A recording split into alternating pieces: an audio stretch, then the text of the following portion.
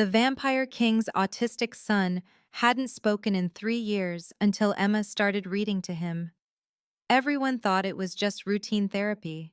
But when she dozed off mid-sentence and Marcus whispered, "Don't stop," in the darkness, his father realized this mortal woman held the key to breaking his heir's devastating silence. Emma's fingers trembled as she traced the address on her phone screen, checking it for the third time against the imposing wrought iron gates that stretched 12 feet high before her. The Drackle estate loomed behind them, like something pulled from a Gothic nightmare, all black stone and sharp angles cutting against the gray October sky. Gargoyles perched on corner towers, their stone eyes seeming to track her movement as she approached the intercom box mounted beside the gate. The wealthy Shadowmere district had always intimidated her, but this place felt different, wrong in ways her psychology training couldn't quite categorize. She pressed the brass button and waited, her breath visible in the unseasonably cold air. A woman's voice crackled through the speaker, sharp and formal. "Mrs. Corvina," she said, and the gate swung open with a grinding sound that seemed to echo longer than it should. Emma walked up the winding drive, her worn sneakers silent on the black gravel that crunched like broken glass beneath each step. No mirrors caught her reflection in the tall windows she passed, only blackout curtains drawn so tight they seemed sewn to the frames. Security cameras with glowing red lights swiveled to follow her progress, their mechanical whirring the only sound besides her own shallow breathing and the distant toll of what might have been church bells or something more ominous. The massive front door opened before she could knock, revealing a woman in her 60s with steel-gray hair pulled into a severe bun and eyes that seemed to catalog every detail of Emma's appearance in a single glance. Mrs. Corvina wore a black dress that belonged to another century, high-necked and long-sleeved despite the warm autumn day, and her pale skin had the translucent quality of someone who rarely saw sunlight. She gestured Emma inside without warmth, her movements precise and economical as she led the way through corridors lined with portraits whose subjects' eyes seemed to follow their passage. The air inside felt thick, heavy with the scent of old wood and something metallic that made Emma's nose wrinkle involuntarily. No staff members appeared in the hallways, but Emma caught glimpses of movement in her peripheral vision, shadows that disappeared when she turned to look directly at them.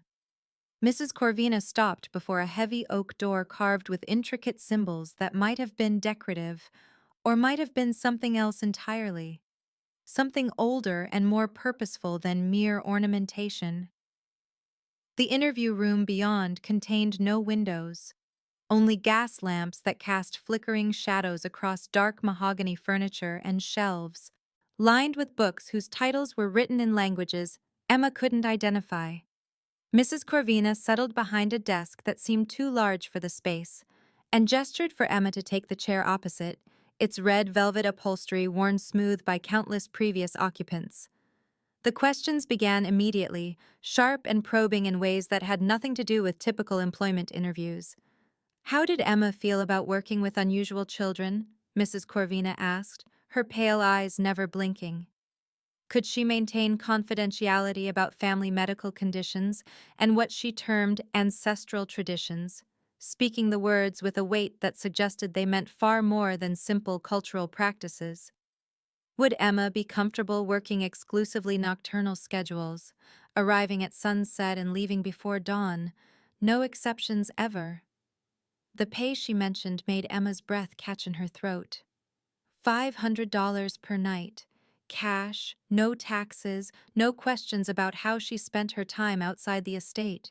It was more money than Emma had ever seen, enough to cover her mother's next round of chemotherapy treatments and maybe even the experimental therapy the insurance company refused to approve. Emma's hands shook as she signed the papers. Mrs. Corvina slid across the mahogany surface, document after document, filled with oddly specific clauses about maintaining silence regarding family medical conditions and respecting what were called ancestral traditions, words that seemed to glow in the lamplight as if written in ink that held its own luminescence. She tried to read the fine print, but the letters seemed to shift and blur whenever she focused too intently, leaving her with the strange sensation that she was agreeing to far more than she understood. Mrs. Corvina's expression softened almost imperceptibly as Emma signed the final page, something that might have been approval or might have been pity flickering behind her pale eyes. "The child you will be reading to has special needs," she said, her voice dropping to barely above a whisper. "He has not spoken in 3 years, not since his mother passed away under tragic circumstances. The doctors have tried everything, specialists from around the world, but Marcus remains locked in silence. Your job is simple in description, but may prove challenging in practice. Read to him, speak to him, treat him as you would any child who needs gentle care and patience. Do not expect responses, do not push for interaction, simply be present and consistent." Mrs. Corvina stood and walked to a cabinet Emma hadn't noticed before, its dark wood seeming to absorb the lamplight rather than reflect it. From inside she withdrew a small velvet pouch that clinked softly as she set it on the desk. "Your first night's payment," she said, and Emma's fingers closed around the pouch with desperate gratitude. The coins inside felt heavier than modern currency, their surfaces etched with symbols that matched those carved into the door. "Tomorrow you begin," Mrs. Corvina continued, her tone returning to its earlier formality. "Arrive at sunset, no earlier, no later. Enter through the side door marked with the red stone, never the front entrance during working hours. Speak to no one except Marcus and myself unless directly addressed. And remember, Miss Chen, the confidentiality agreement you have signed is binding in ways that extend far beyond legal consequences." Emma nodded, not trusting herself to speak, clutching the velvet pouch like a lifeline. She rose from her chair and followed Mrs. Corvina back through the maze of corridors, past more portraits whose subjects seemed to whisper among themselves as she passed. The house felt alive around her, breathing and watching, walls that pulse with some rhythm she couldn't quite identify. At the front door, Mrs. Corvina paused, her pale hand resting on the ornate handle. "One final word of advice, Miss Chen. Children like Marcus exist in a world between worlds, caught in spaces most people cannot understand. If you wish to help him, you must be willing to step into that space yourself, to let go of your assumptions about what is possible and what is real. Are you prepared for that kind of commitment?" Emma met her eyes directly, feeling something shift inside her chest, a recognition she couldn't name but trusted completely. "My mother always said I was drawn to the lost ones," she said quietly. "The children other people give up on. If Marcus needs someone to believe in him, then I'm exactly where I'm supposed to be." Mrs. Corvina's smile was the first genuine expression Emma had seen from her, transforming her severe features into something almost motherly. "Then perhaps there is hope after all," she murmured, and opened the door to release Emma back into the dying light of evening. Emma walked down the gravel drive with quick steps, eager to return to her small apartment and process what had just occurred. She felt the weight of watching eyes on her back, but resisted the urge to turn around until she reached the iron gates. When she finally looked back at the Gothic mansion, her breath caught in her throat. In an upper window, pale as moonlight against the black glass, a child's face stared down at her with eyes that seemed far older than his apparent years. For a moment their gazes met across the distance, and Emma felt something pass between them, a recognition that made her chest tight with unexplained emotion. Then curtains snapped shut with violent finality, hiding the boy from view as if he had never been there at all. Emma stood frozen at the gates for long moments, staring up at the now empty window, feeling as if she had just glimpsed something forbidden, something that would change everything about what she thought she understood about the world. The evening air grew colder around her, shadows lengthening as the sun disappeared behind the Gothic towers, and she finally turned toward home with the strange sensation that she was leaving one life behind and walking toward another entirely. The coins in the velvet pouch clinked softly with each step, their weight a constant reminder that tomorrow she would return to this place of shadows and secrets to meet the silent boy whose face now haunted her thoughts. As she reached her car, Emma realized she had never asked Mrs. Corvina about the child's father, and somehow she suspected that omission had been deliberate, another piece of a puzzle she was only beginning to understand. Emma arrived the following evening with a canvas bag filled with tactile books and sensory toys she had gathered from her university's psychology department, her heart racing with anticipation after Marcus's whispered words the night before. The side entrance marked with the red stone opened before she could knock, revealing Mrs. Corvina's familiar severe expression softened by what might have been cautious hope. "The boy spoke to you," she said without preamble, her pale eyes searching Emma's face for confirmation of what seemed impossible after 3 years of silence. Emma nodded, unable to suppress her smile as she described those precious 2 words in the darkness. And Mrs. Corvina's shoulders relaxed almost imperceptibly before she led Emma through corridors that seemed less oppressive than before, as if the house itself had exhaled some long-held breath. Marcus sat in the same chair as before, rigid and unblinking, but Emma caught something different in his posture, a subtle tension that suggested awareness rather than absence. She settled into her usual spot and began unpacking her supplies, explaining each item in the gentle voice that had become natural when speaking to him. A book with raised letters for tracing, soft fabric squares in different textures, a small stress ball that changed colors when squeezed. His pale eyes tracked her movements without moving his head, following the progression of objects across the mahogany table beside his chair. Emma opened her copy of The Secret Garden to where they had left off the previous night and began reading about Mary Lennox discovering the hidden door in the garden wall, her voice finding the same soothing rhythm that had worked before. As she read, she noticed Marcus's breathing had synchronized with the cadence of her words, his chest rising and falling in time with the story's natural pauses. When she reached the passage about Mary's excitement at finding something secret and wonderful, a soft humming sound escaped Marcus's throat, barely audible but unmistakably intentional. Emma's heart leaped, but she continued reading without acknowledging the sound directly, having learned from her psychology training that too much attention could cause a withdrawn child to retreat further. Instead, she began incorporating gentle touches as she read, resting her hand briefly on his shoulder when describing moments of comfort in the story, tracing letters on his palm when Mary learned to read the garden's hidden signs. Each touch seemed to send a tremor through Marcus's still form, not of rejection but of awakening, as if her contact was calling something dormant back to life. She didn't notice that her reflection failed to appear in the dark windows behind Marcus's chair, dismissing the absence as a trick of the lamplight and heavy curtains that blocked any glimpse of the world outside.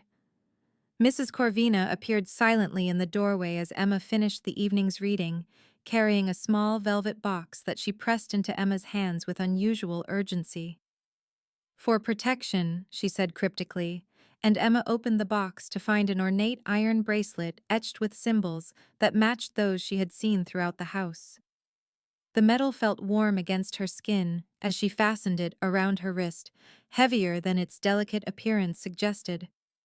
Marcus's eyes fixed on the bracelet with an intensity that made Emma's breath catch, and she realized he had been watching her face throughout the entire exchange with Mrs. Corvina, reading her expressions with an uncanny ability that seemed to penetrate straight to her emotions. When she felt surprise at his attention, his head tilted slightly, as if he had sensed the shift in her internal state. When she deliberately thought about feeling calm and safe, his rigid shoulders relaxed fractionally in response. The connection between them felt deeper than anything her textbooks had described, less like therapy, and more like some form of wordless communication that bypassed normal human channels entirely. As the week progressed, Emma found herself looking forward to these evening sessions with an anticipation that went beyond professional satisfaction. Marcus began making sustained eye contact, his pale eyes holding hers for longer moments each night, and she noticed he had started stimming when particularly engaged with the stories, his hands flapping in small, controlled movements that her training told her to celebrate rather than discourage. The first time it happened during a particularly exciting passage about Colin's first steps in the garden. Emma clapped her hands softly and told him how wonderful it was to see him expressing his feelings, and the smile that ghosted across his features was the most beautiful thing she had ever witnessed.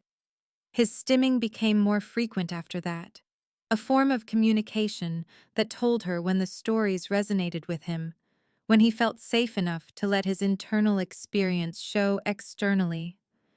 She began tailoring her reading choices to evoke these responses, selecting passages that dealt with discovery, healing, and the magic of connection between isolated souls.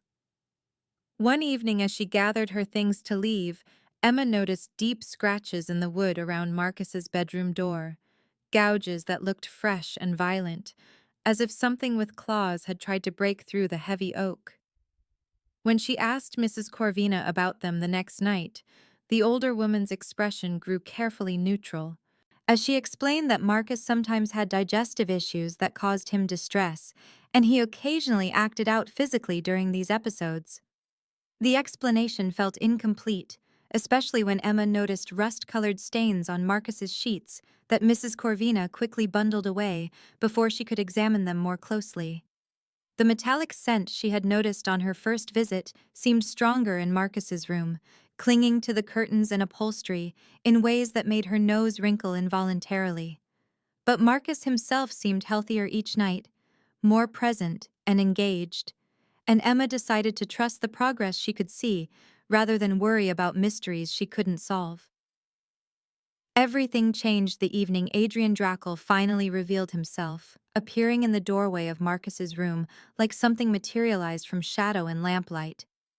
Emma's first glimpse of him made her breath catch in her throat, not just because of his devastating beauty, but because of the way he seemed to command the very air around him, tall and elegant in perfectly tailored black clothing that emphasized the otherworldly pallor of his skin.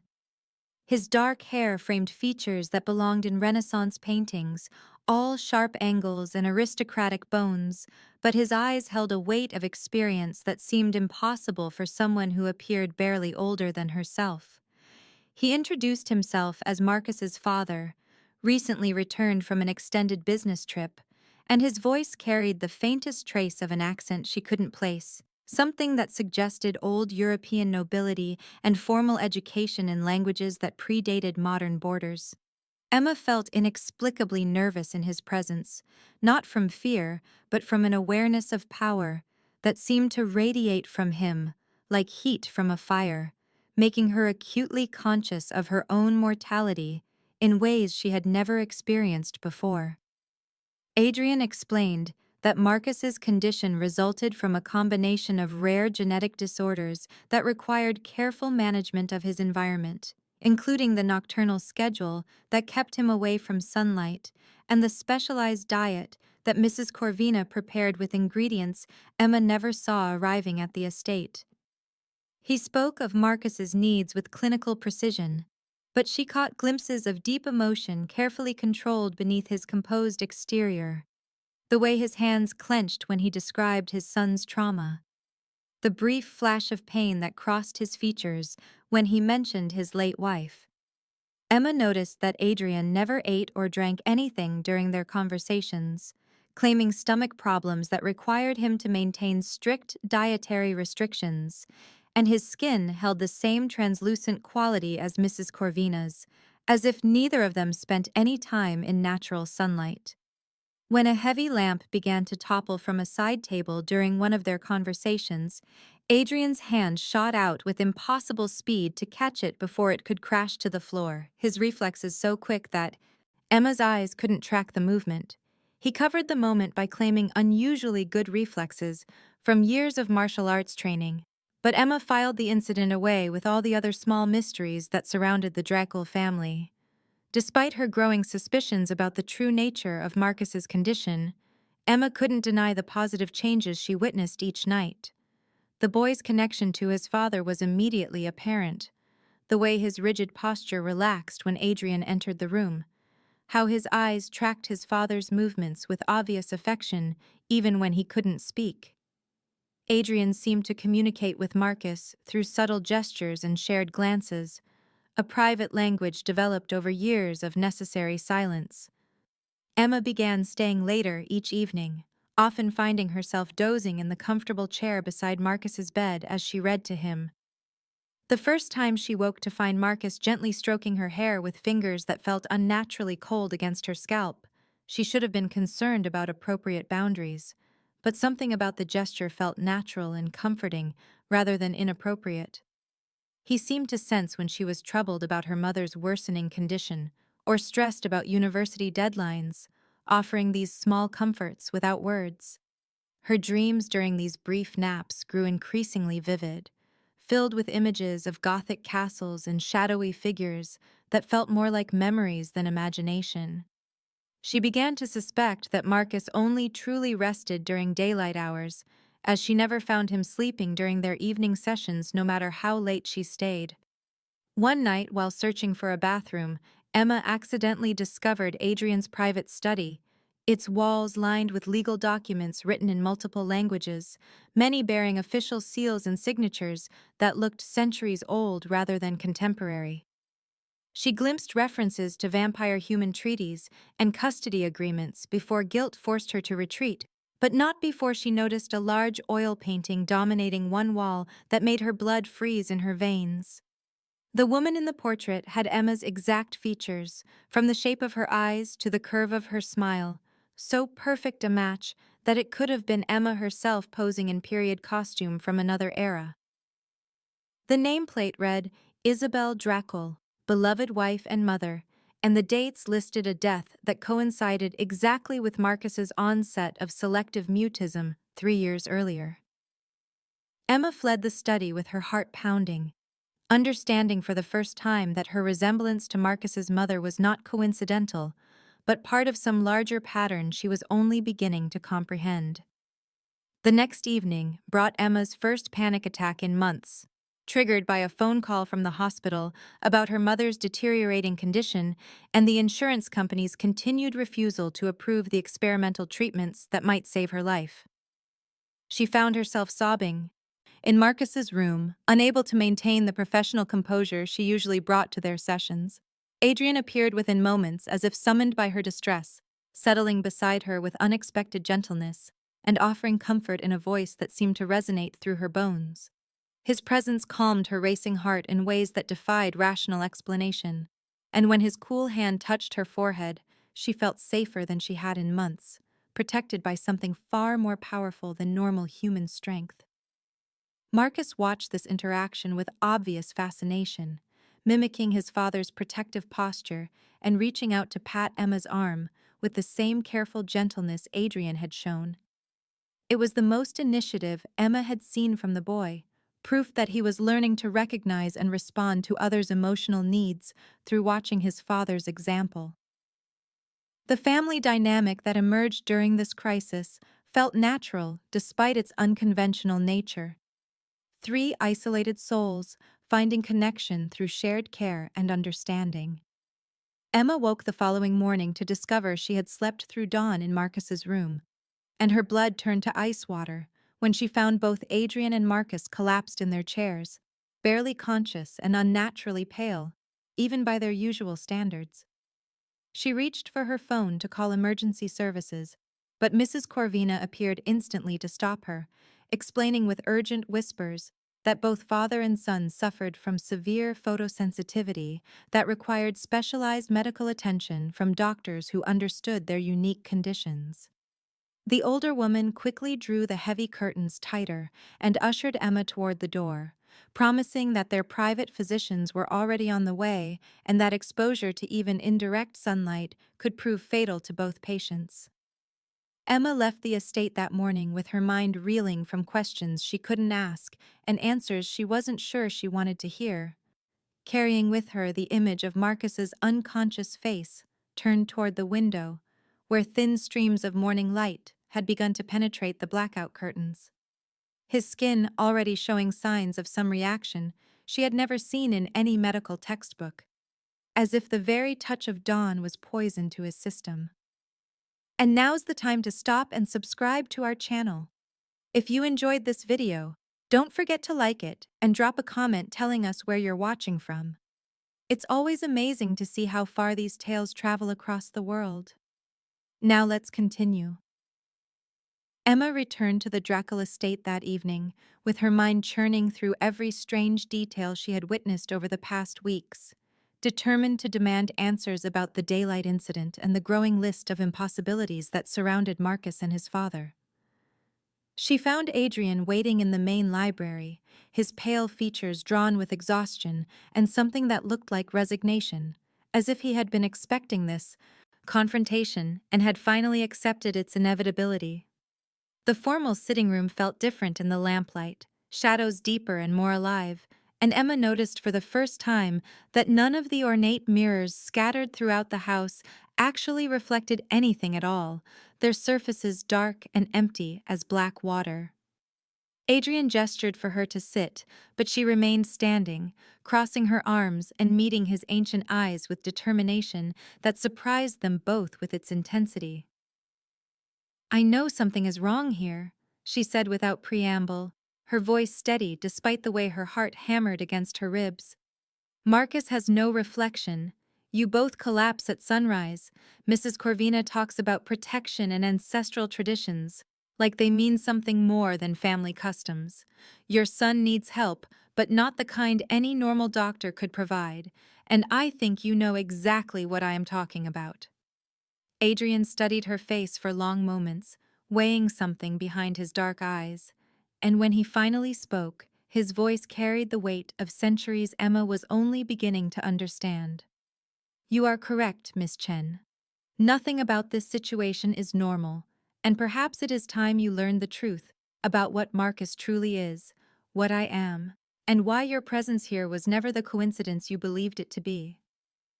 He rose from his chair with fluid grace that seemed to defy normal human movement, and before Emma could blink, he had crossed the room to stand beside her, close enough that she should have heard him breathing, but detected only stillness, where his chest should rise and fall.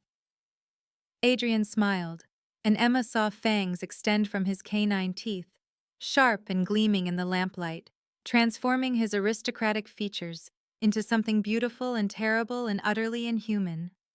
His eyes began to glow with their own internal light, pale fire that seemed to burn without heat, and when he moved again it was with speed that made her previous glimpse of his reflexes seem slow and clumsy by comparison.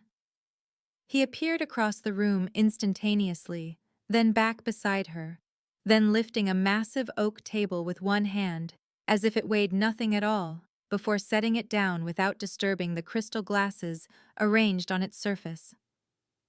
"I am Adrian Drackle," he said, his voice carrying harmonics that resonated through her bones. "And I have walked this earth for 800 years, as what your kind calls vampire. Marcus is my son, born of my union with a mortal woman named Isabel, who possessed gifts similar to your own. Gifts that allow certain humans to bridge the gap between our worlds and survive contact with supernatural forces that would destroy normal minds."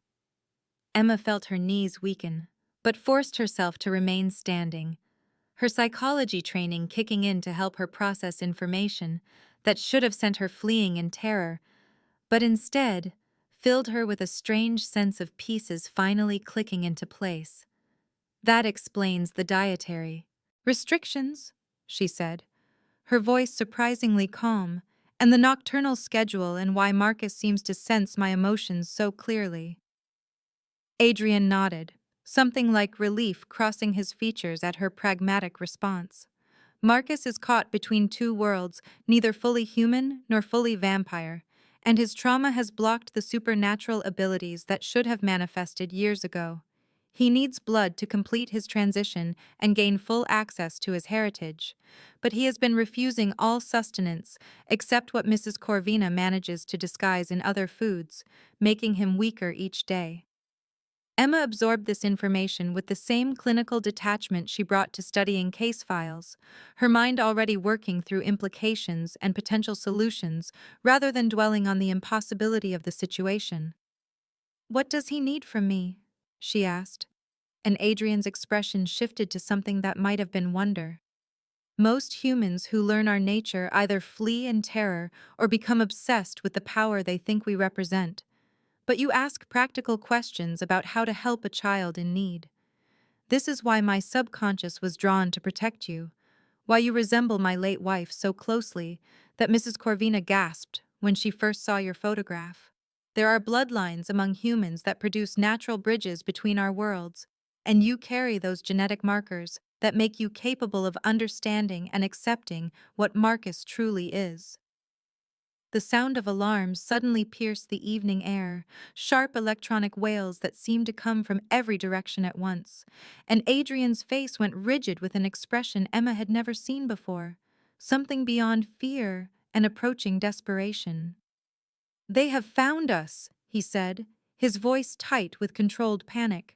"The council has come for Marcus, and our time has run out." Heavy footsteps echoed through the corridors outside the library, accompanied by voices speaking in languages Emma couldn't identify but somehow understood carried ancient authority and barely contained violence. Adrian moved to place himself between Emma and the door, his entire body tensing, as if preparing for battle. But before he could speak further, the library doors burst open to admit three figures whose presence seemed to suck warmth and light from the room itself. The first was tall and elegant in the way of old European nobility, with silver hair and eyes like chips of winter ice, his pale skin stretched tight over sharp bones that suggested aristocratic breeding and centuries of absolute power. The second appeared younger, but carried herself with predatory grace that made Emma's instincts scream warnings. Dark hair framing features that were beautiful in the way of poisoned flowers, lovely and deadly in equal measure. The third seemed older than the others combined, his face lined with what might have been wisdom or might have been cruelty accumulated over millennia. Dressed in robes that belonged to no modern era but carried weight of tradition that needed no explanation. "Vladislav, Elena, Magnus," Adrian said, his voice carefully neutral despite the tension radiating from every line of his body. "I was not expecting the council so soon." Vladislav smiled with cold amusement that never reached his pale eyes. "You have become predictable in your weakness, Adrian. First the mortal woman who bore your heir. Now this new attachment who threatens everything our kind has built over centuries of careful separation from human contamination." Elena stepped closer to Emma with movements that suggested hunting and stalking, her dark eyes cataloging every detail of Emma's appearance with obvious disdain. "So this is the human who has captured our king's attention," she said, her voice carrying harmonics that made Emma's teeth ache. "She bears remarkable resemblance to the previous mortal who caused such disruption to vampire society. How convenient that Adrian's tastes remain so predictable and so foolish." Magnus spoke for the first time, his voice ancient and filled with regret that seemed genuine despite the threat implicit in his presence. "The council has monitored your behavior for months, Adrian, and we have determined that your emotional compromise makes you unfit to rule the Eastern Coven. Marcus will be removed to our stronghold for proper vampire education, and this human's memories will be cleansed to prevent further contamination of our security." Emma felt ice water replace the blood in her veins as she realized the full scope of the danger facing Marcus. But instead of the terror she expected, she found herself filled with protective fury that surprised everyone in the room, including herself. "You cannot take him," she said, stepping forward despite Adrian's restraining hand on her shoulder. "Marcus is making progress for the first time in 3 years, and removing him from everything familiar will destroy what healing we have accomplished." Elena laughed, the sound like breaking glass mixed with mockery. "The human presumes to dictate terms to the vampire council. How refreshingly naive. Your attachment to the boy is touching but irrelevant. Mortal." Decisions about vampire offspring are not made by temporary caregivers who understand nothing of our true nature. Emma looked directly at Marcus, who had appeared silently in the doorway during the confrontation, his pale eyes wide with understanding that went far beyond his apparent years. She knelt to his level and held out her hand, speaking in the gentle voice that had become natural when addressing him. Marcus, these people want to take you away from your father and from our reading sessions. I know you can understand what is happening, and I need you to know that I will never abandon you, no matter what they threaten.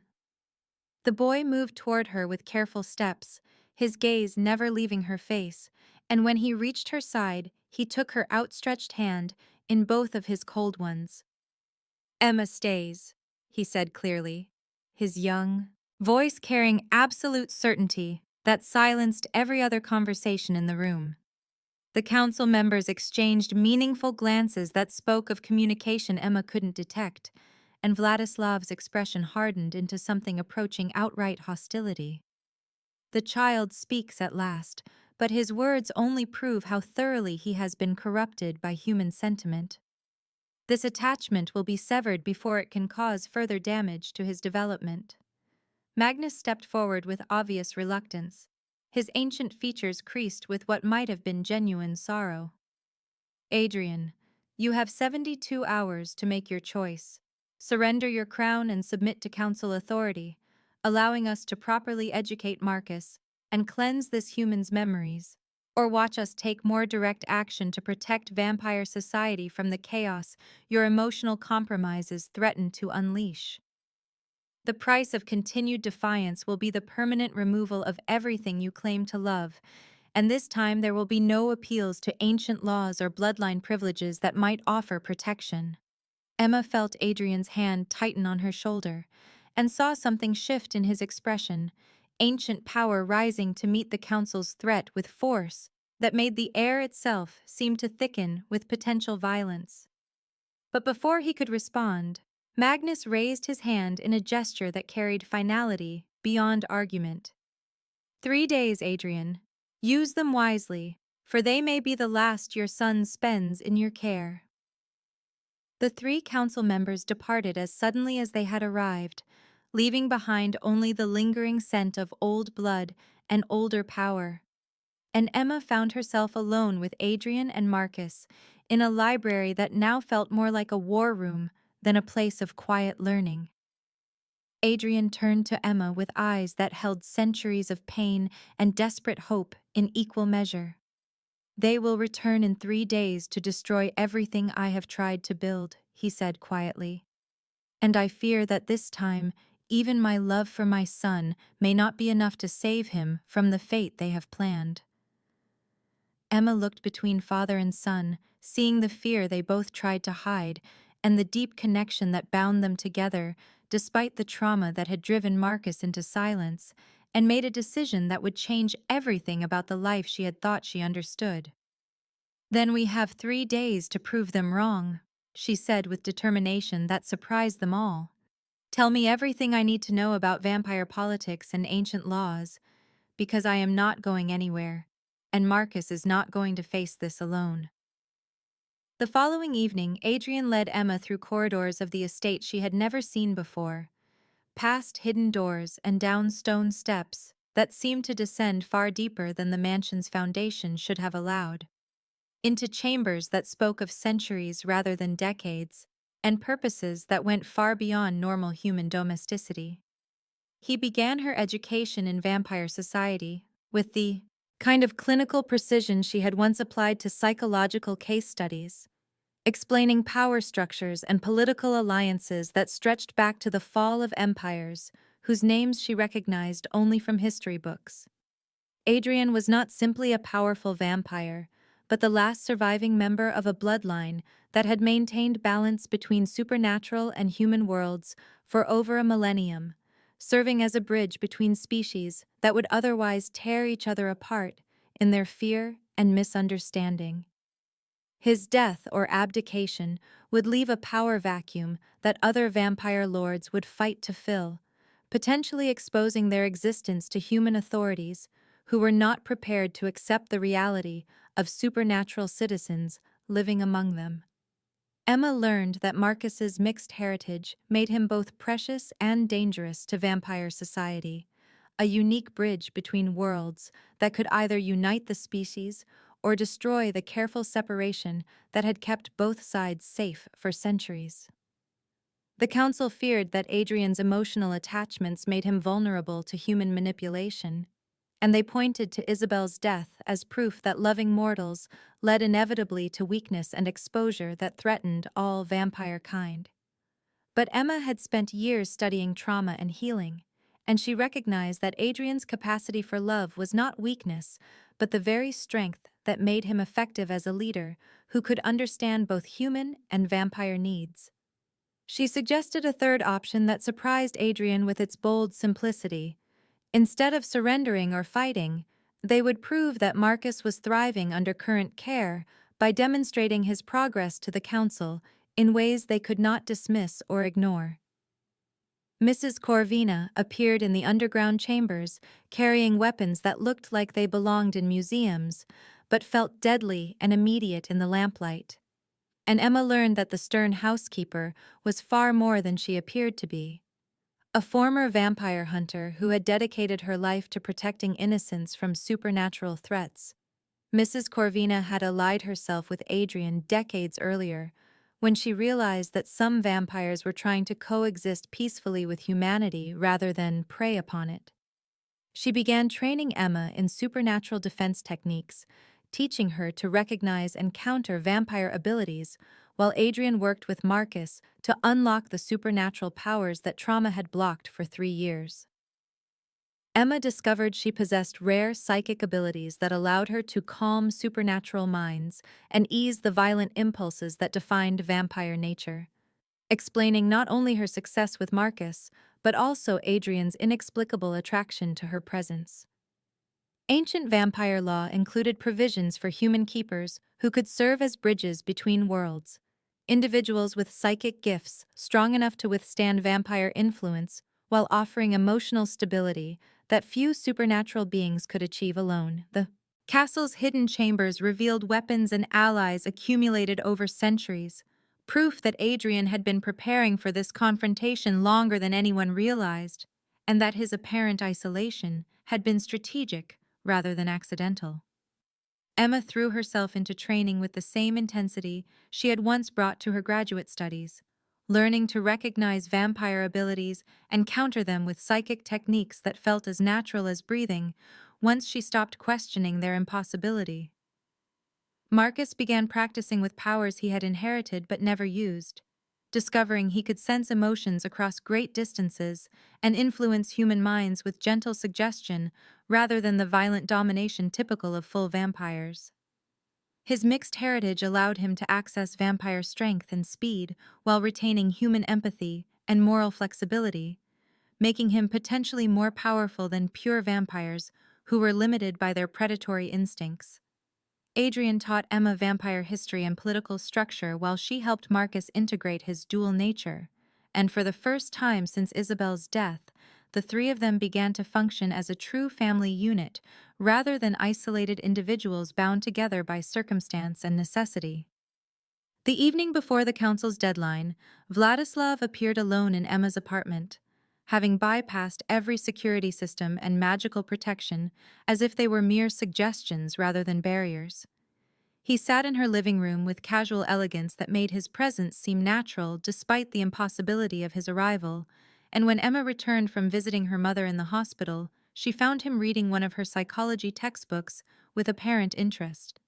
"Your mother's condition has worsened significantly," he said without looking up from the pages, his voice carrying false sympathy that made Emma's skin crawl with instinctive revulsion.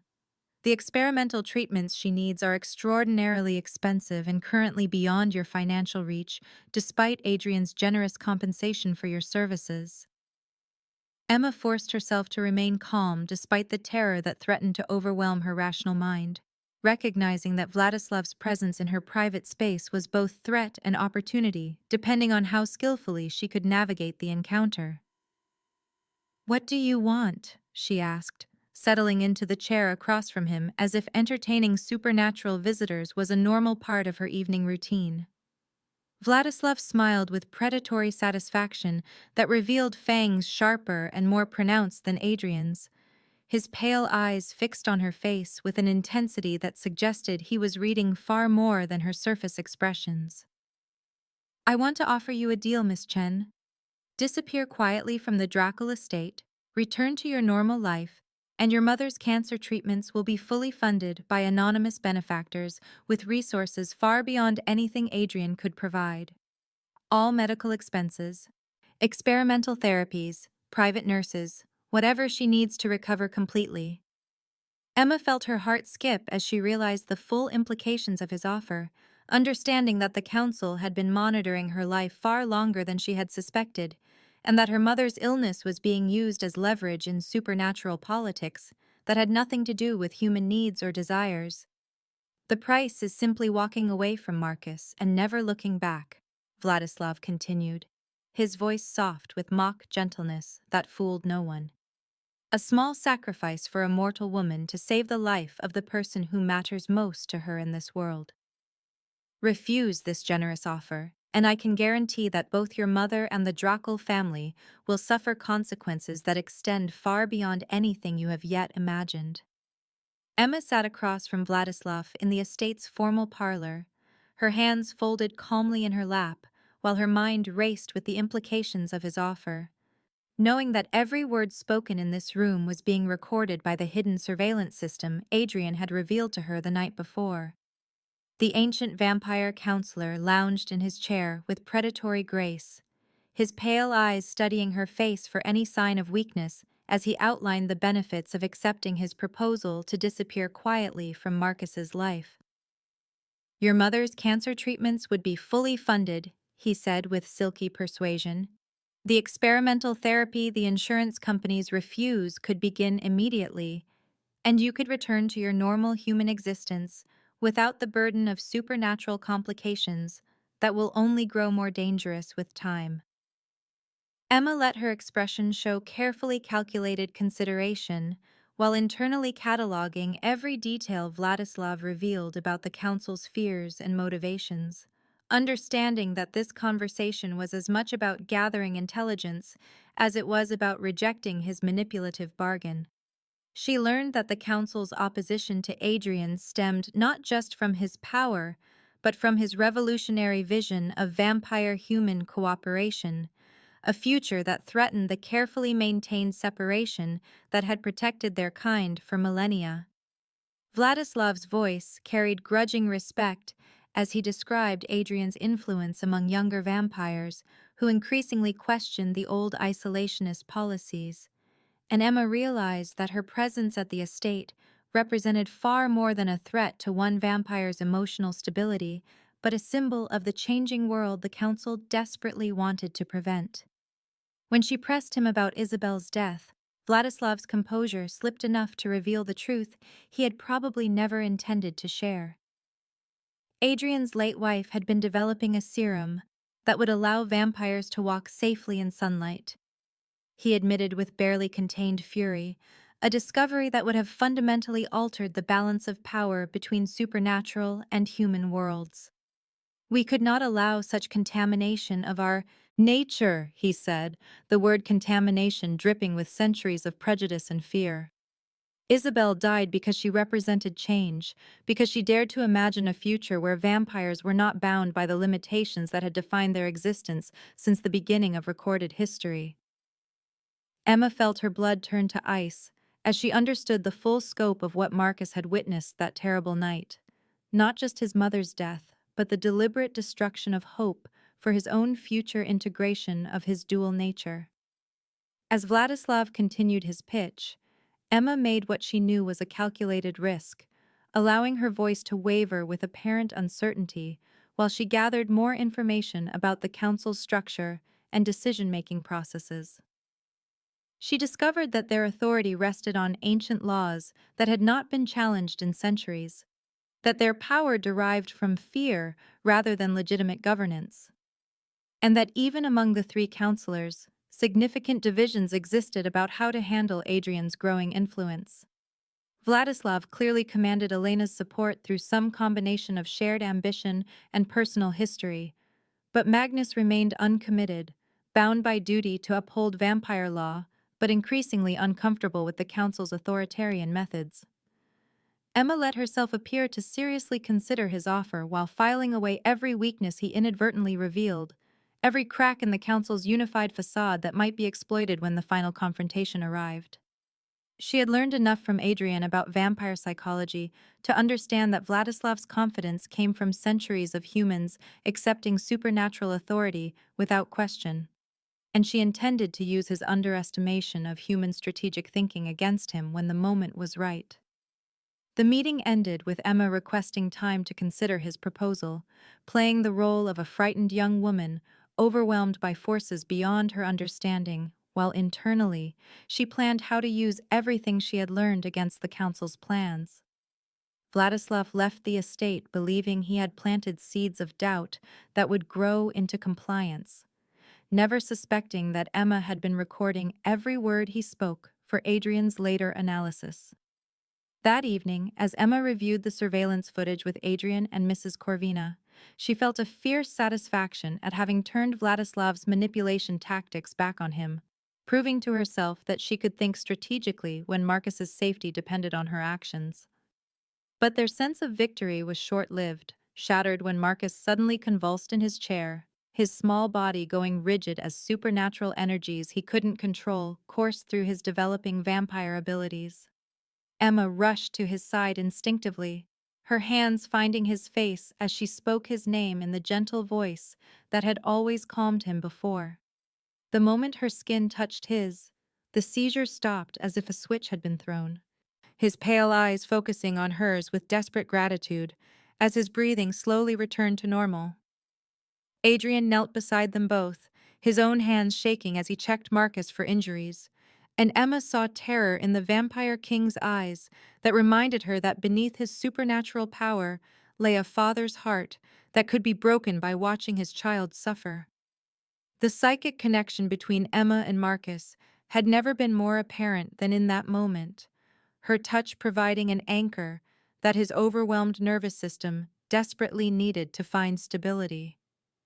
But even as relief flooded through the room, they all understood that the seizure had been a clear signal that Marcus's vampire abilities were actively developing, a change that would not go unnoticed by the council's surveillance methods. Mrs. Corvina confirmed their fears within the hour, reporting that supernatural monitoring devices throughout the supernatural community had registered the psychic spike generated by Marcus's episode. The council would know by morning that Adrian's son was transitioning into his full vampire heritage, information that would force their hand far sooner than any of them had hoped.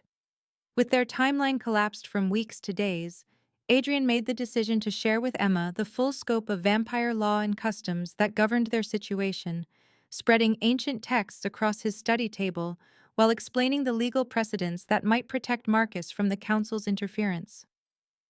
Emma learned that hybrid children were afforded special protections under codes that predated the current council's authority, but only if they had a recognized human advocate who could speak for their best interests during supernatural legal proceedings.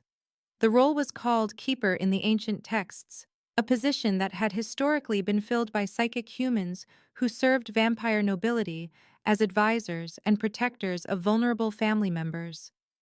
Adrian's voice grew heavy with emotion as he explained that accepting the keeper bonding ritual would permanently link Emma's psychic abilities to Marcus's well-being, creating a magical connection that would allow her to stabilize his developing powers, but would also bind her to the supernatural world in ways that could never be undone.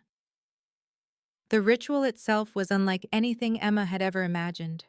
Conducted in a hidden chamber beneath the estate where walls carved with protective symbols older than recorded history enclosed a space that hummed with accumulated magical energy.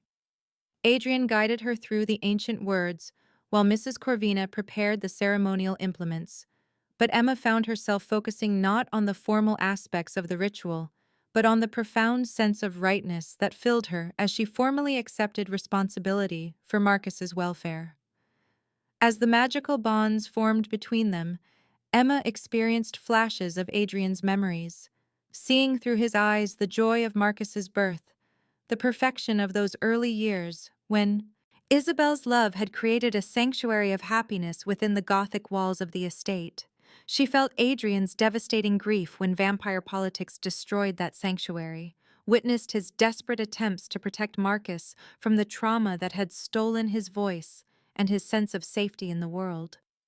But she also experienced something unexpected: the gradual healing of Adrian's own centuries-old emotional wounds as he watched her gentle care restore his son's connection to life and hope.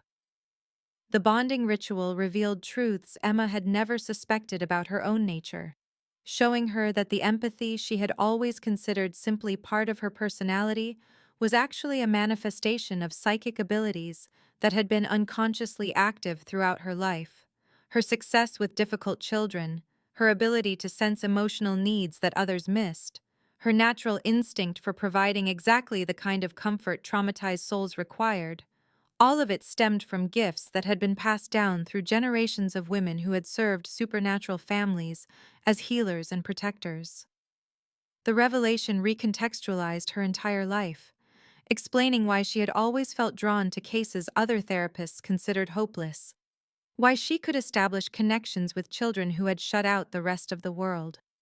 As the ritual reached completion, Emma felt the magical bonds settling into place, like puzzle pieces finding their proper positions, creating a network of psychic connection that linked her not only to Marcus, but also to Adrian in ways that transcended simple emotional attachment.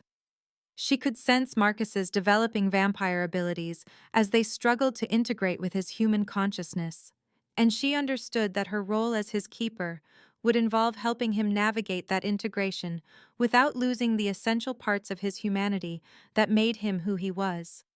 The profound intimacy of sharing Adrian's memories had also created an understanding between them that went beyond words, a recognition that their connection was built on shared purpose and genuine care, rather than the romantic complications that might have developed under different circumstances.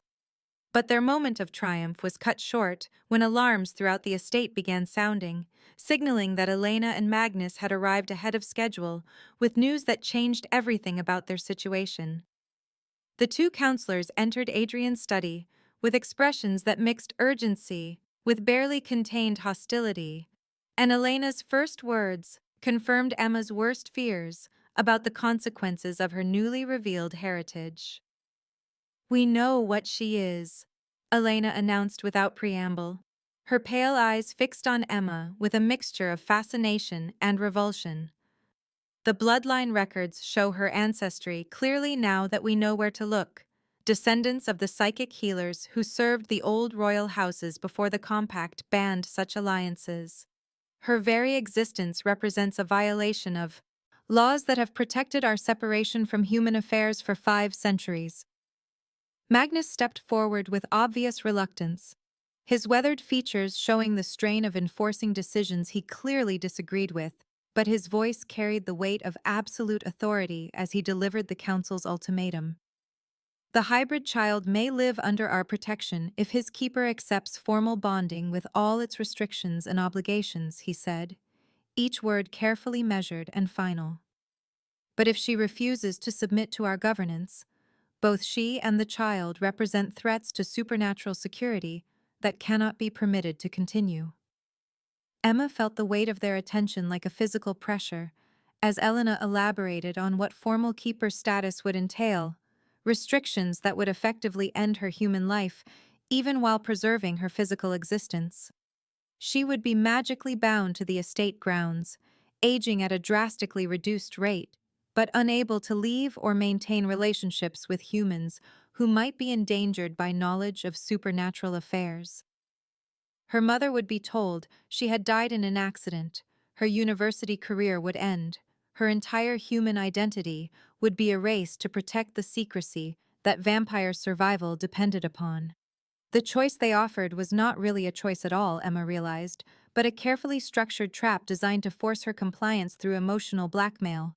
Yet as she looked at Marcus, still pale and shaken from his earlier seizure, she understood that no other keeper could provide the specific psychic resonance that had brought him back from 3 years of traumatized silence. Adrian offered to release her from any obligation, his voice thick with emotion as he promised to find another way to protect Marcus that would not require her sacrifice. But Emma had already made her decision the moment she felt the bonding ritual settle into place, recognizing that her purpose in life was not to pursue her own dreams, but to serve as a bridge between worlds for those who could not cross those boundaries alone. Her mother, informed of the situation through carefully worded phone conversations, had encouraged Emma to follow her heart regardless of the cost, understanding that her daughter's greatest gift had always been her ability to heal those whom society had given up on as beyond help. Emma's acceptance of formal keeper status was interrupted by new alarms sounding throughout the estate, different in tone and urgency from those that had announced the counselor's arrival. Mrs. Corvina burst into the study with terror written across her pale features, announcing that Vladislav had returned with human allies, vampire hunters, who had agreed to his plan of attacking during the bonding ceremony when all parties would be magically vulnerable and unable to defend themselves effectively. The betrayal represented a violation of supernatural law so profound that even Elena gasped in shock, understanding that Vladislav's alliance with humans threatened the very foundations of vampire society. As they heard the sounds of forced entry echoing through the estate's corridors, Emma realized that the careful political maneuvering and legal precedents they had been relying on meant nothing in the face of Vladislav's willingness to shatter every tradition that had governed vampire behavior for millennia, and that the next few hours would determine not just Marcus's fate, but the future of supernatural human relations for generations to come. The ancient binding ceremony had reached its crescendo when the estate's windows exploded inward in a shower of glass and silver-laced projectiles, as Dr. Harrison Kane led a team of vampire hunters through the Gothic mansion's shattered defenses with military precision that spoke of months of careful planning. Emma watched in horror as her former university advisor, the man who had guided her thesis research and recommended her for countless opportunities, revealed himself as something far more sinister than an academic mentor.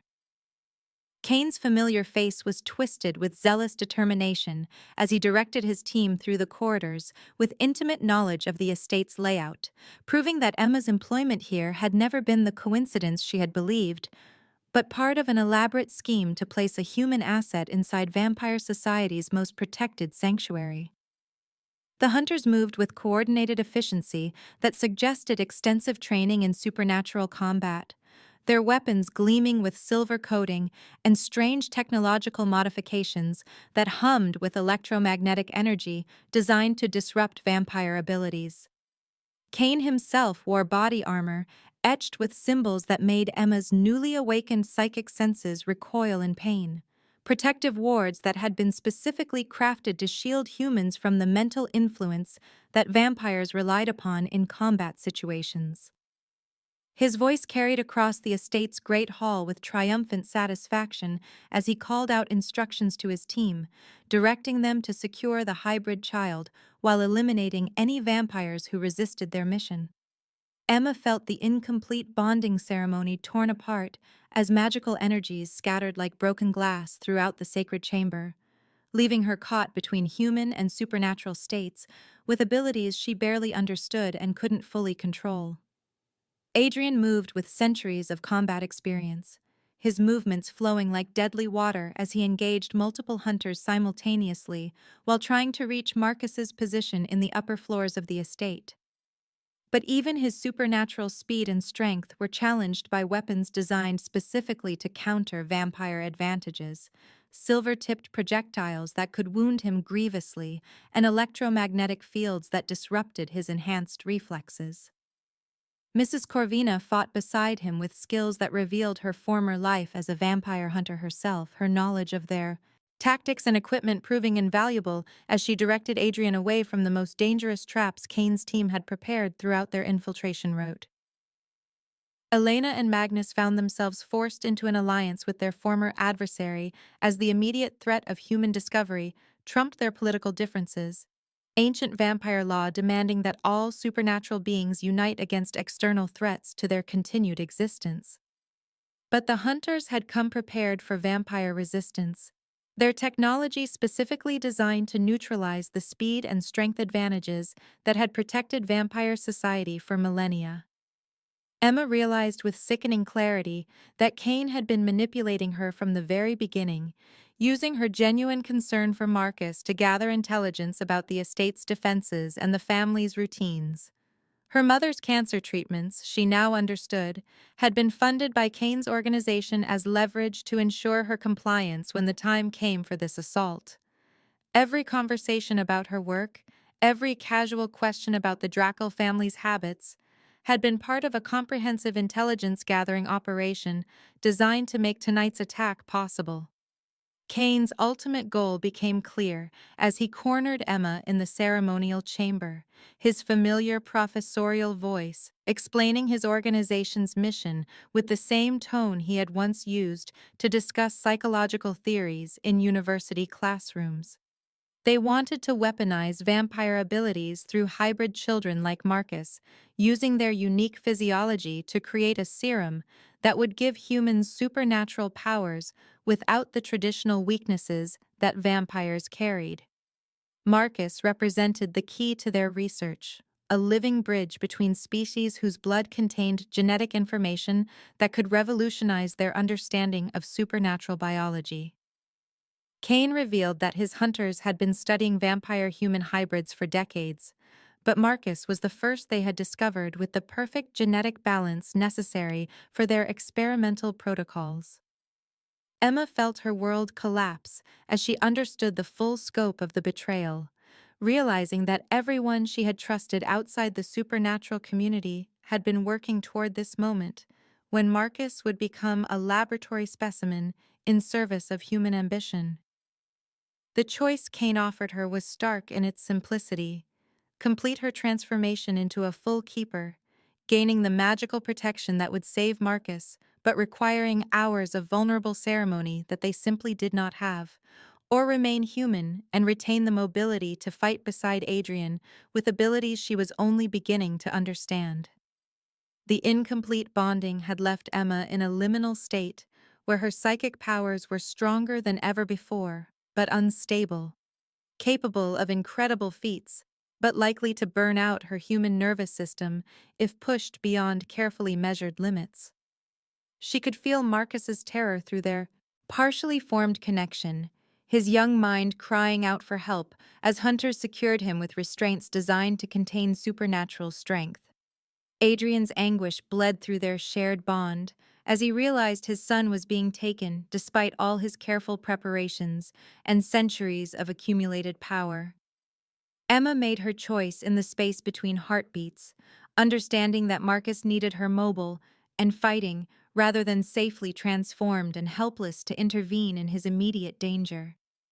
She abandoned the ceremonial chamber and threw herself into the battle raging throughout the estate, her untrained but incredibly powerful psychic abilities manifesting in ways that surprised everyone, including herself. Emma discovered she could disrupt the hunters' technological advantages by flooding their electromagnetic weapons with psychic energy that overloaded their carefully calibrated systems. Her empathic abilities, enhanced by the partial bonding ceremony, allowed her to sense the hunters' tactical plans before they could implement them, giving Adrian and his allies crucial intelligence about incoming attacks and strategic positioning.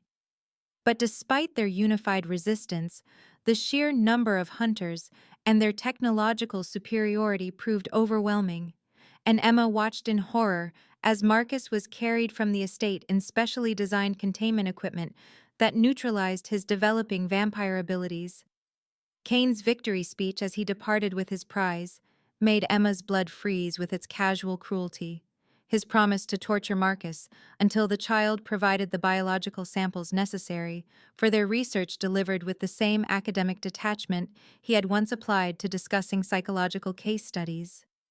The abandoned estate felt hollow and violated after the hunter's departure, its sacred spaces desecrated by violence and its protective wards shattered beyond immediate repair. Adrian knelt in the wreckage of his son's room, his shoulders shaking with grief that Emma felt echoing through their incomplete bond, while Elena and Magnus worked with Mrs. Corvina to treat wounds that would heal with supernatural speed but left emotional scars that might never fade. Emma realized that their only hope lay in immediate pursuit, using the psychic connection that still linked her to Marcus to track the hunters to whatever facility they had prepared for their horrific experiments.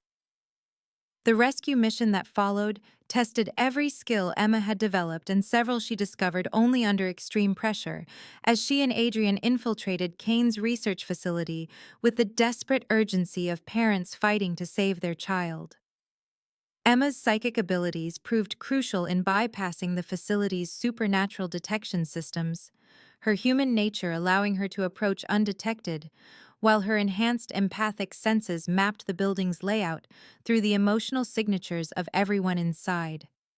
Adrian's centuries of combat experience guided their tactical approach, his vampire abilities perfectly complemented by Emma's psychic support in ways that created a partnership more effective than either could have achieved alone.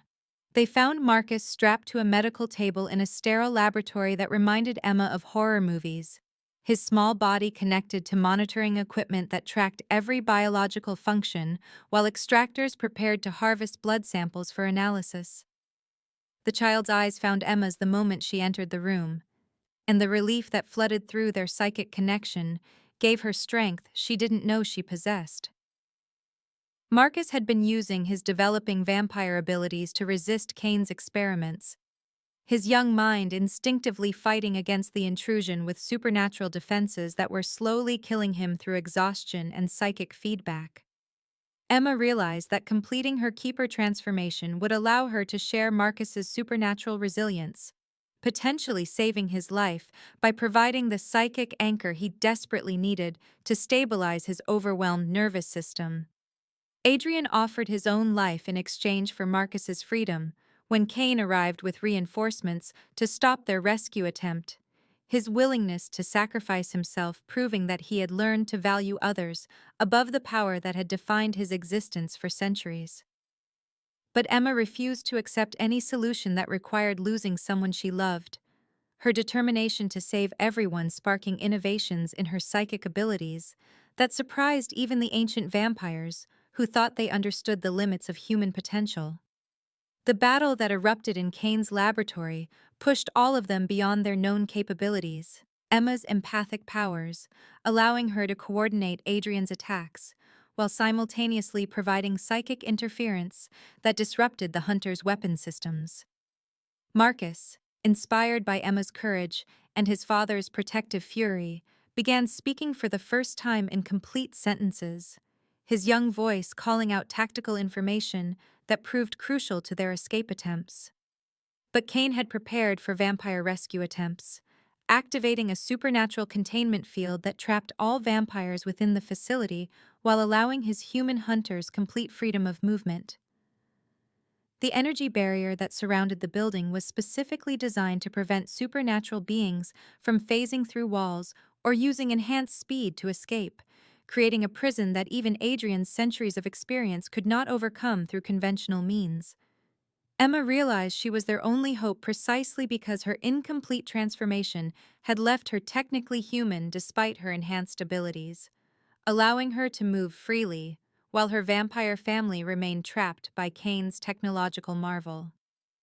Under the extreme stress of watching Marcus suffer and Adrian struggle helplessly against constraints designed by someone who understood vampire weaknesses better than they knew themselves, Emma's psychic abilities underwent a catastrophic evolution that revealed the true purpose of her bloodline.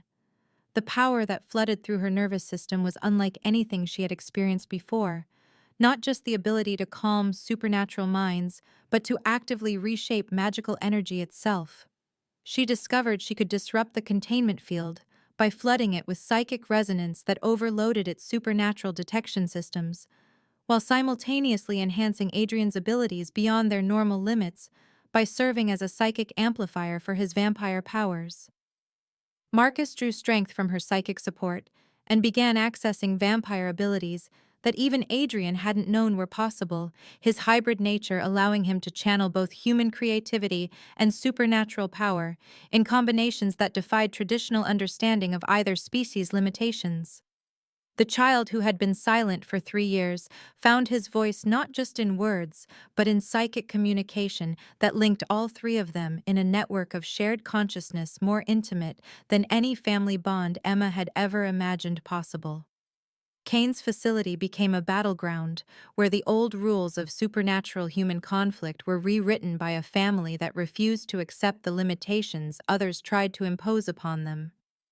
Emma's discovery that her bloodline had been specifically bred centuries ago to produce perfect keeper partners for vampire royalty explained not just her unusual abilities, but the inevitable pull she had felt toward Marcus from their first meeting.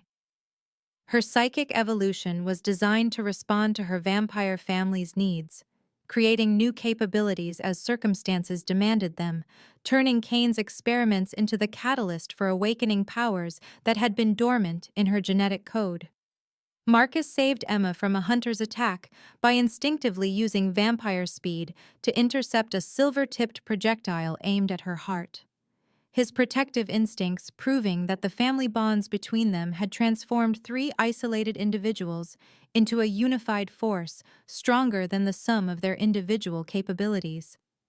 Their escape from Kane's facility was coordinated with precision that spoke of perfect trust and understanding, Emma's psychic abilities guiding them past technological barriers, while Adrian's combat skills cleared physical obstacles, and Marcus's hybrid nature allowed him to interface with both human technology and supernatural defenses.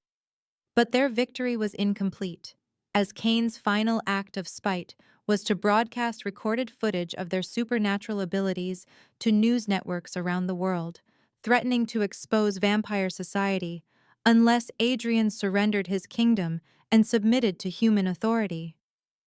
The revelation that vampires existed among humans sent shockwaves through both communities as centuries of carefully maintained secrecy crumbled under the weight of undeniable video evidence that could not be dismissed or explained away through conventional means. The full Vampire Council convened in the estate's ancient chamber beneath the Gothic mansion, their combined presence filling the stone-carved space with power that made the air itself seem thick and oppressive, while emergency torches cast flickering shadows across walls that had witnessed centuries of supernatural justice. Emma stood beside Adrian and Marcus in the center of the circular room, feeling the weight of dozens of ancient eyes upon them as vampire lords and ladies from across the world gathered to determine whether the Eastern Coven's progressive leadership represented evolution or catastrophe for their kind. Kane's broadcast had sent shockwaves through both human and supernatural communities, forcing vampire society into the light they had spent millennia avoiding, and the Council's decision about Adrian's fitness to rule would determine whether this exposure led to war or cooperation between species.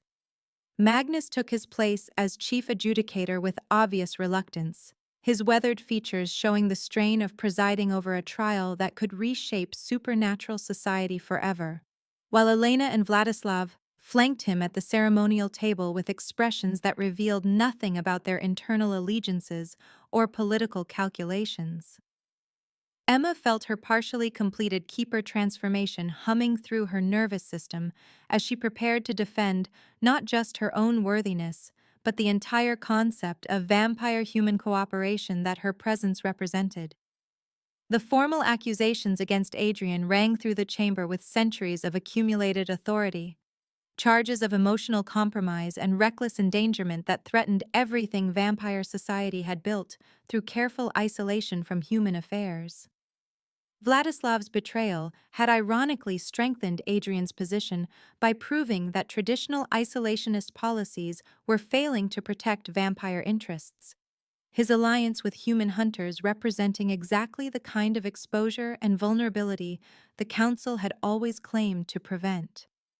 Magnus revealed during his opening statements that the Council had been secretly divided about human-vampire relations for decades, with progressive factions gaining influence among younger vampires who questioned the sustainability of absolute separation in an increasingly connected world.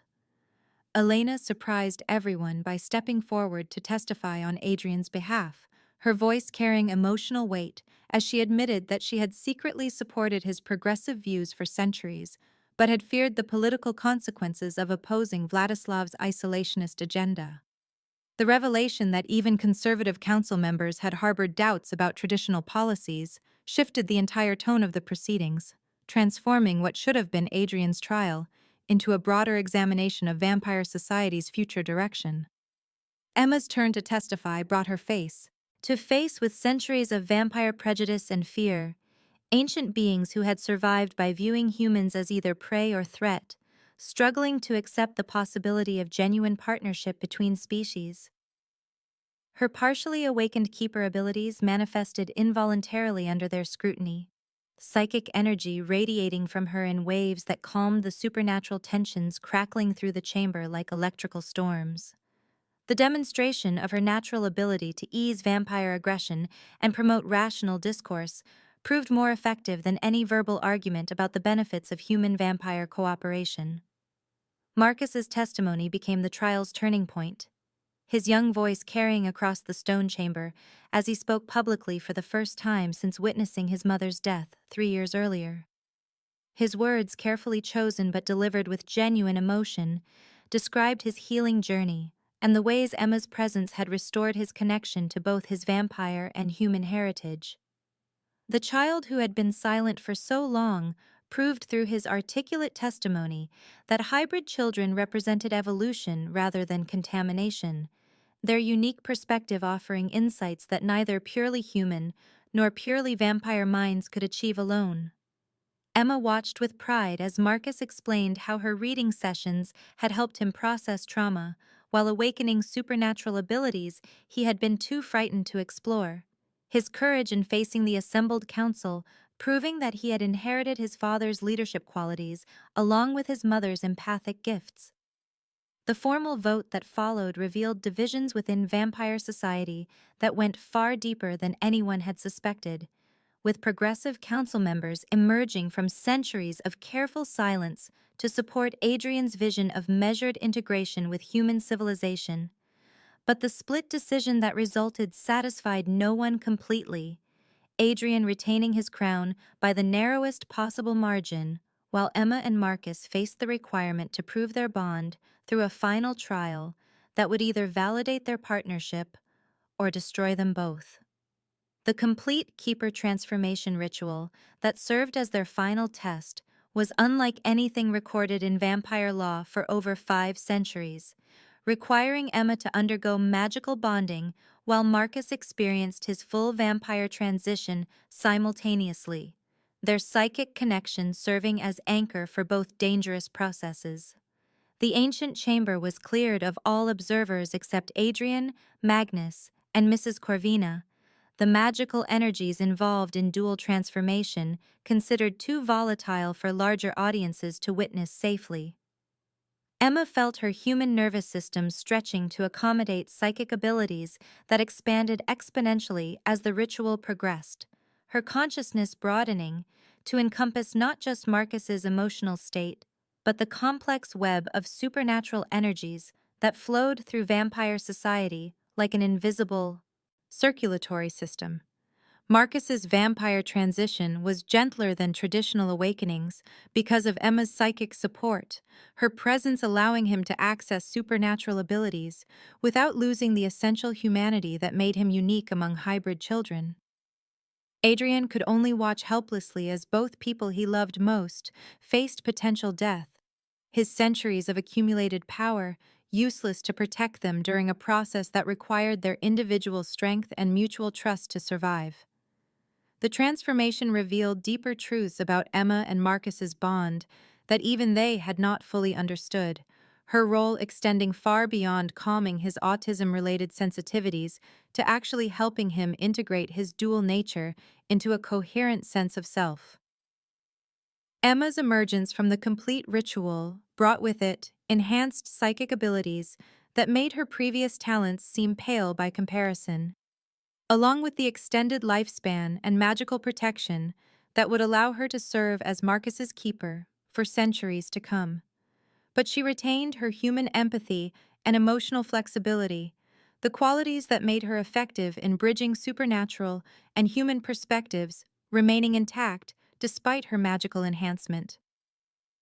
Marcus successfully completed his vampire transition while maintaining the essential humanity that Emma's influence had nurtured, becoming the first recorded case of a peaceful hybrid who could access supernatural abilities without losing empathic connection to human experience. The child who had emerged from this process was neither fully human nor fully vampire, but something entirely new. A bridge between worlds that offered hope for future cooperation between species that had been enemies for millennia. Adrian's realization during the transformation ceremony fundamentally changed his understanding of leadership and power, recognizing that his greatest strength had never been his isolation or supernatural abilities, but his capacity to love and inspire loyalty in those who chose to follow him. Emma's discovery that becoming a keeper amplified, rather than diminished her natural gifts, validated her decision to sacrifice her human life for the greater purpose of healing and protecting those who existed between worlds.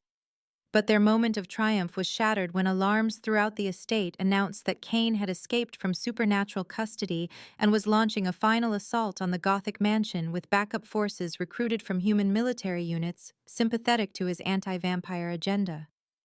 The escaped researcher's determination to destroy what he saw as an abomination of natural order brought together an alliance of human soldiers and rogue vampire hunters, whose combined forces represented the greatest threat Adrian's rule had ever faced. Emma's newly enhanced abilities were immediately tested as she found herself coordinating the estate's defense using psychic powers she barely understood, her consciousness expanding to encompass the tactical situation across multiple floors of the mansion simultaneously. Marcus proved that his hybrid nature made him uniquely suited to bridge human and vampire combat strategies. His ability to think like both species, allowing him to anticipate attacks that would have surprised purely supernatural defenders. The battle that raged through the Gothic corridors brought together vampire nobility, fighting alongside reformed hunters like Mrs. Corvina, while human authorities who had learned the truth about supernatural citizens chose cooperation over conflict in the face of Cain's extremist agenda. Emma discovered that her enhanced psychic abilities allowed her to disrupt military equipment while simultaneously providing tactical intelligence to vampire defenders, her consciousness serving as a communications network that coordinated supernatural abilities with human strategic thinking. Marcus's courage during the final confrontation with Cain proved that the frightened child who had hidden in traumatic silence had grown into a young leader capable of protecting those he loved, his development from victim to protector completing the healing journey that Emma's presence had begun. The defeat of Cain's forces led to unprecedented cooperation between human governments and vampire society, resulting in the formation of a joint supernatural human council with Adrian and Emma serving as founding members who could speak for both communities. Emma's mother experienced a miraculous recovery from her cancer, the disease mysteriously disappearing after exposure to Emma's enhanced healing abilities during a carefully orchestrated visit that proved keeper powers extended beyond supernatural applications. Marcus enrolled in a special school designed for supernatural children struggling with their dual natures, but continued his human education as well, his integrated approach to learning serving as a model for other hybrid children who followed his example. The unconventional family structure that emerged from their trials was defined not by romantic relationships, but by shared purpose and mutual protection. Emma, becoming Marcus's official guardian while serving as Adrian's partner in the leadership responsibilities that shaped vampire society's future. The story's resolution came not through traditional romantic conclusions, but through the establishment of a new model for supernatural human cooperation that honored both species' needs while protecting the vulnerable individuals who existed between worlds. 6 months after Cain's defeat, Emma found herself reading to a new group of supernatural children in the estate's converted library, her voice finding the same gentle rhythm that had first reached Marcus during his darkest period of traumatic silence. Marcus assisted her with these sessions, using his own experience of healing and integration to help other hybrid children navigate the challenges of existing between human and vampire worlds. His development, from silent victim to confident helper, represented the kind of transformation that Emma's keeper abilities were designed to facilitate, proving that love and patience could overcome even the deepest supernatural trauma. Adrian watched these sessions from the doorway, as he had during Emma's first weeks at the estate, but his expression now carried hope instead of desperate longing, understanding that his son had not only survived his dual heritage, but was learning to use it in service of others who faced similar struggles. The Gothic mansion that had once felt like a prison of isolation and grief had been transformed into a sanctuary where supernatural families could find healing and support, Emma's presence having changed not just Marcus's life, but the entire culture of vampire society. The reading sessions that had begun as experimental therapy had evolved into a formal program that attracted supernatural children from around the world, their parents recognizing that Emma's unique combination of human empathy and enhanced psychic abilities offered hope for integration that traditional vampire education could not provide. Marcus's role as assistant teacher proved that hybrid children could serve as bridges between communities rather than threats to supernatural secrecy. His bilingual fluency in both human and vampire cultural understanding, making him an invaluable resource for families struggling with similar challenges. Emma's enhanced abilities continued to evolve in response to her work with traumatized supernatural children, her psychic gifts adapting to each individual's specific needs while maintaining the essential gentleness that had first reached Marcus during his period of selective mutism. The partnership between Adrian and Emma in both family and political contexts demonstrated that vampire-human cooperation could strengthen rather than weaken supernatural society, their different perspectives combining to create solutions that neither species could have developed alone. The final scene found the three of them gathered in Marcus's room for their evening reading session, a tradition that had survived political upheaval and supernatural transformation to remain the anchor of their family bond. Emma's voice carried the same soothing quality that had first broken through Marcus's traumatic silence, while his responses showed the confidence and emotional growth that 3 years of patient healing had accomplished. Adrian's presence in the doorway symbolized the protective love that had motivated every decision he had made since becoming a father, his understanding of family having evolved from desperate isolation to confident partnership with the humans who had chosen to share his supernatural world. 1 year had passed since Cain's defeat, and the establishment of the Supernatural Human Council, and Emma walked through the transformed corridors of the Dracul estate with a sense of wonder at how completely the Gothic mansion had been reimagined as a place of learning and healing rather than isolation and secrets. The heavy blackout curtains had been replaced with specially treated glass that filtered sunlight to safe levels for vampire children, while still allowing natural light to fill rooms that had known only lamplight for centuries. And the portraits of stern ancestors had given way to artwork created by the supernatural children who now called this place their second home. Marcus walked beside her as they made their morning rounds through classrooms where human and vampire children learned together under the guidance of teachers trained in both conventional education and supernatural psychology. his confident stride, and easy conversation, marking the incredible journey from traumatized silence to articulate leadership that had defined his growth over the past year. At 13, he had grown tall and lean, his pale features showing the aristocratic bones inherited from his father, while his expressions carried the warmth and empathy that Emma's influence had nurtured throughout their partnership. The school they had built together represented everything Emma had dreamed of during her graduate studies in child psychology, a place where differences were celebrated rather than pathologized, and where children who had felt isolated by abilities others feared could find community with peers who understood their unique challenges. Marcus served as peer mentor to newly arrived students, his own experience of integration between human and vampire natures making him uniquely qualified to help other hybrid children navigate the complexities of dual heritage without losing essential parts of themselves in the process. Emma had written a book about their experience during the long summer months when the school was closed to new admissions, disguising their true story as fantasy fiction that nonetheless provided practical guidance for families struggling with supernatural complications they couldn't discuss openly with conventional therapists or educators.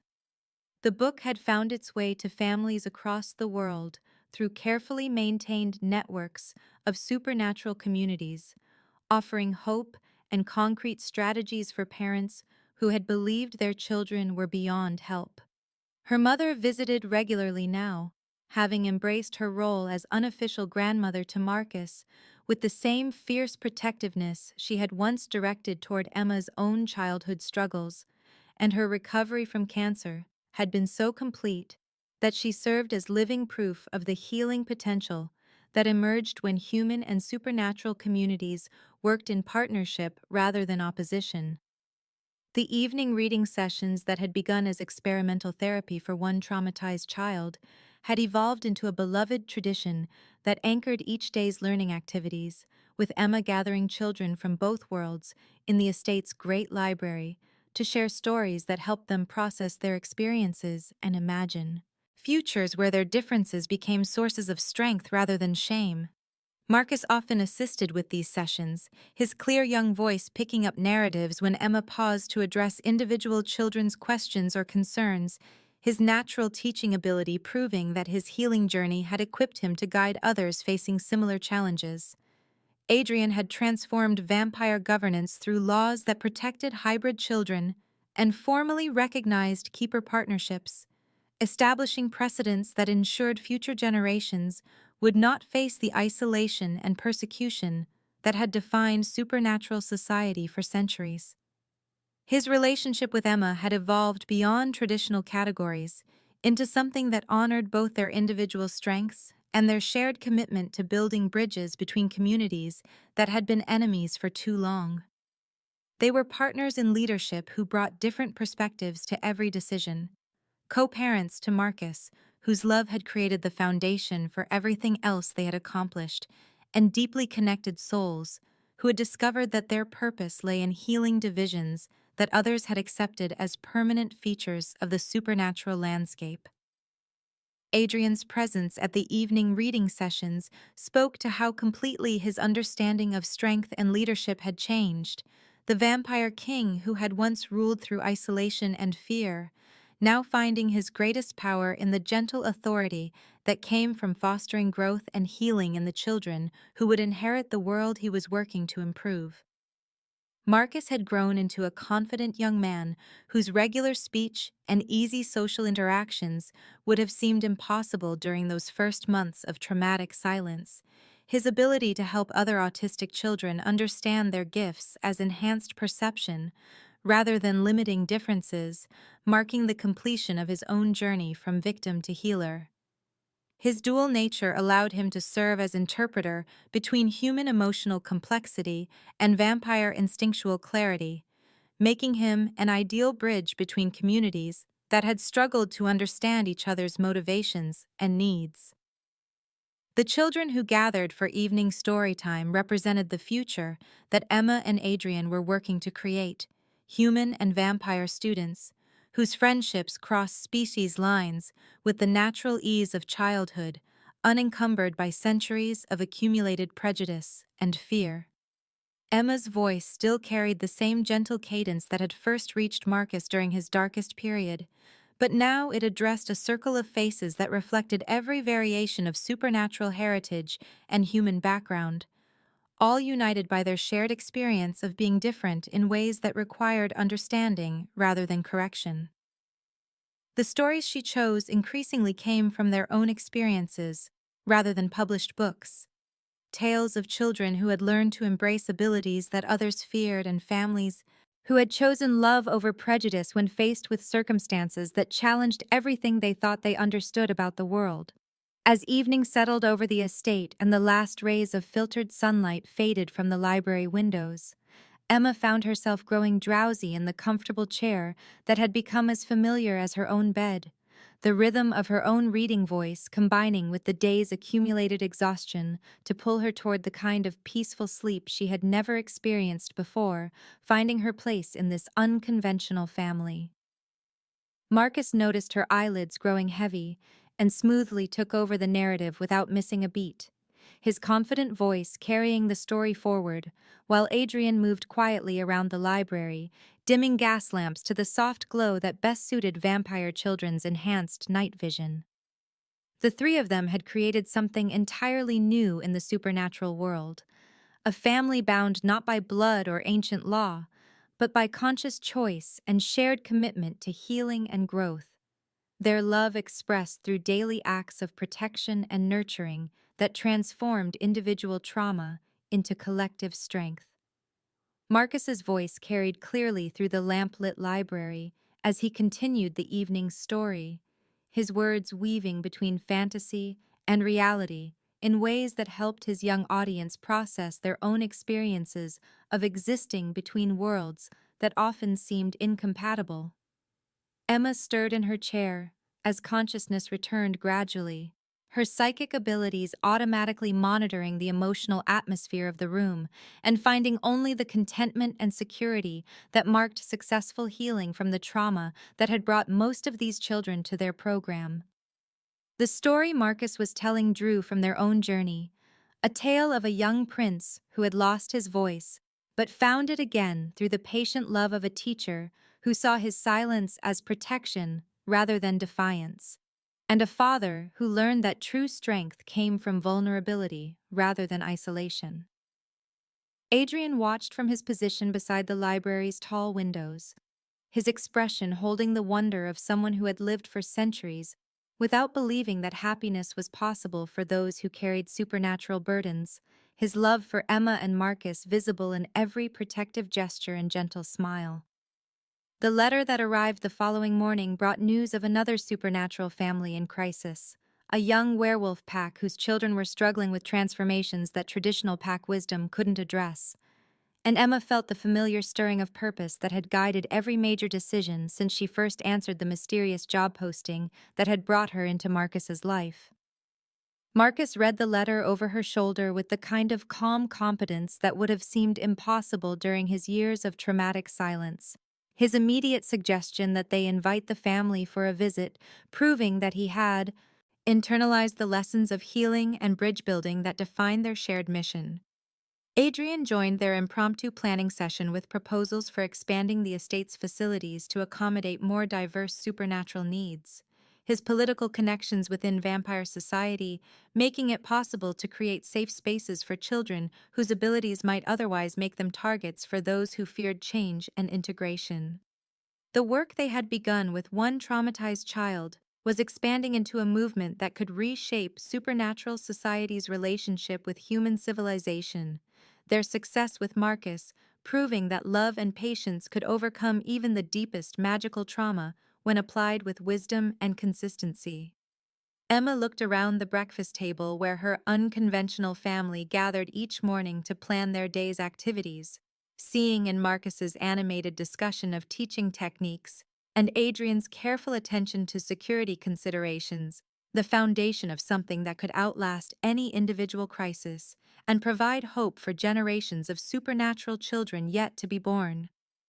The transformation from desperate intervention to sustainable institution had been gradual but irreversible, each success building toward greater ambitions, and each healed child becoming an advocate for others facing similar struggles. Marcus's suggestion that they develop a formal training program for supernatural parents who wanted to learn better communication techniques with traumatized children showed how completely he had internalized the partnership model that defined their family structure. His own healing journey, making him a powerful example of what was possible when love replaced fear as the driving force in supernatural child development. The afternoon found Emma in her study, working on the sequel to her disguised autobiography. This new book focusing on the practical aspects of building supernatural human educational partnerships and the policy changes needed to protect hybrid children from the political forces that had once threatened Marcus's safety. Adrian's contributions to the manuscript reflected his deep understanding of vampire law and supernatural politics, while Marcus provided insights into the daily reality of living between worlds that academic theory could never capture with such clarity and emotional truth. The evening reading session that concluded each day had become a cherished ritual not just for the children who attended their program, but for Emma herself, the gentle rhythm of storytelling and shared imagination providing the same comfort and connection that had first drawn her to Marcus's bedside 3 years earlier. As she settled into her familiar chair and opened that evening's chosen book, Emma felt Marcus take his customary place beside her, while Adrian dimmed the lights to the perfect level for mixed human and vampire audiences, their coordination unconscious and practiced after months of shared routines. The story that unfolded that evening was one of Emma's own creation, a tale about a princess who discovered that her greatest power lay not in magic spells or inherited authority, but in her ability to see the good in others and help them see it in themselves, a narrative that resonated with children whose own gifts had been misunderstood by those who should have nurtured them. Marcus's voice joined hers at key moments in the story, their vocal harmony reflecting the deeper partnership that had made possible not just his healing, but the broader mission they now shared of creating safe spaces for supernatural children who needed examples of successful integration between worlds. As Emma's eyelids grew heavy with the familiar drowsiness that marked the end of another fulfilling day, she heard Marcus take over the story's conclusion with the confidence of someone who had found his own voice and learned to use it in service of others who struggled to find theirs. "And they all lived happily ever after," Marcus whispered as Emma stirred awake in her chair. But this time, the traditional fairy tale ending reflected genuine reality rather than wishful thinking, their happiness hard-won through courage and commitment rather than magical transformation or princely rescue. Adrian moved quietly to bank the fire and secure the library for the night, while Emma and Marcus gathered the scattered books and settled the younger children who had fallen asleep during the story, their evening routine reflecting the deep trust and affection that had grown between three individuals who had chosen to become family, despite every obstacle supernatural society had placed in their path. The last image Emma retained as she finally headed toward her own bed was the sight of Marcus tucking a blanket around a sleeping vampire child, while Adrian checked the window wards that protected all the children in their care from those who might wish them harm, the two of them working together with the automatic coordination that marked their evolution from isolated individuals to integral parts of a family unit that had redefined what was possible for supernatural society.